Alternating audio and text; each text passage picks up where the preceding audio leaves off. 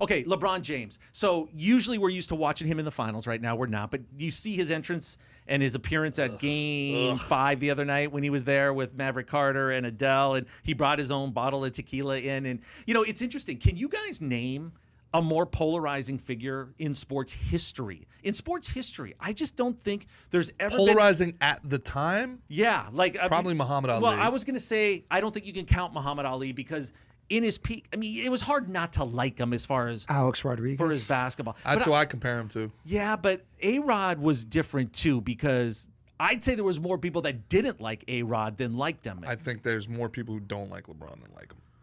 I don't know. Look, LeBron does unbelievable work in Ohio and Akron. I think it's like his I Promise Foundation. Sure. He sends like all these kids to colleges. Why not? It's unbelievable what he does as a community. So for me, John maybe I'm Gotti biased took care of the because Queens too, so whatever. but he didn't have as good a jump shot. No, it's true. What are you talking about? Huh? What? Gotti. Gotti took care of Queens. Like whenever I hear people take care of their hometown, I'm like, yeah, Pablo Escobar was great for his 3 blocks. You can't buy favor. If you're a jerk, you're a jerk. Yeah. Anyway, Right, but I mean, LeBron compared to those guys, that's a little that's a little over the top. Right? Yeah, sure, it is, and I'm being hyperbolic, Yeah, but I also, got it. Being the face in the NBA and running onto your son's high school basketball court to have a word with the announcer because you didn't like what he said. Like, bro, can this guy go 7 minutes without making everything about him? Have you ever met a more narcissistic person in your life? Have you ever even... Yeah, but when the world literally does revolve around you... calls himself the king, and he means it.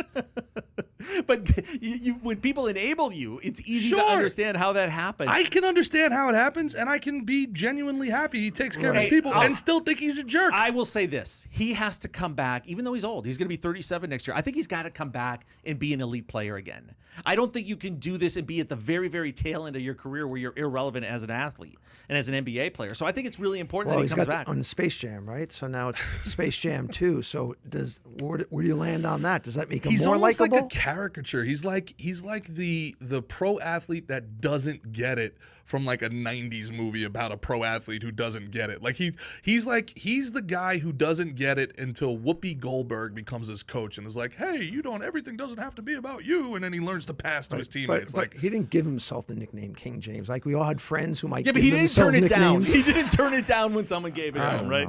Yeah. Anyway, when LeBron at his peak, I remember when he left Miami to go back to the Cleveland Cavaliers. And ESPN did a huge tribute to him because it was, the biggest story of the day and the week.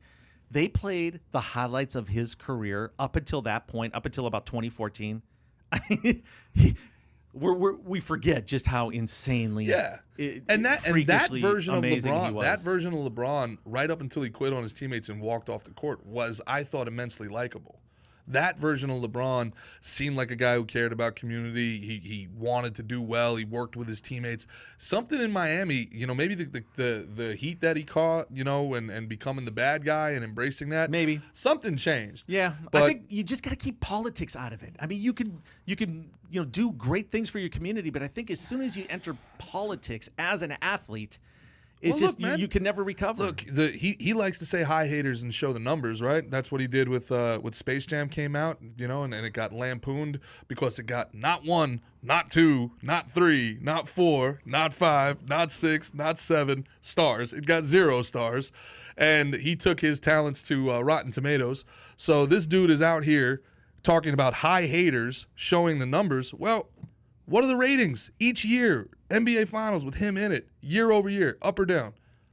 Well, I mean, down the last few years. Okay, it's his league. He's the face of it. The ratings are going down.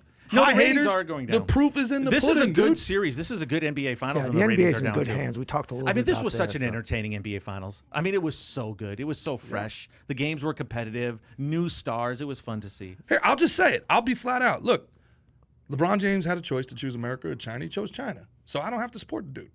He made his choice. God bless him. Go be the king of Beijing. I don't need him. I don't want him. I hope you enjoyed that short clip from episode 2 of Sports Now with Tom Zenner. There's more where that came from. Here's another short clip for you to click on from episode 2 or episode 2 in its entirety right here. And don't forget to subscribe to Valuetainment Sports.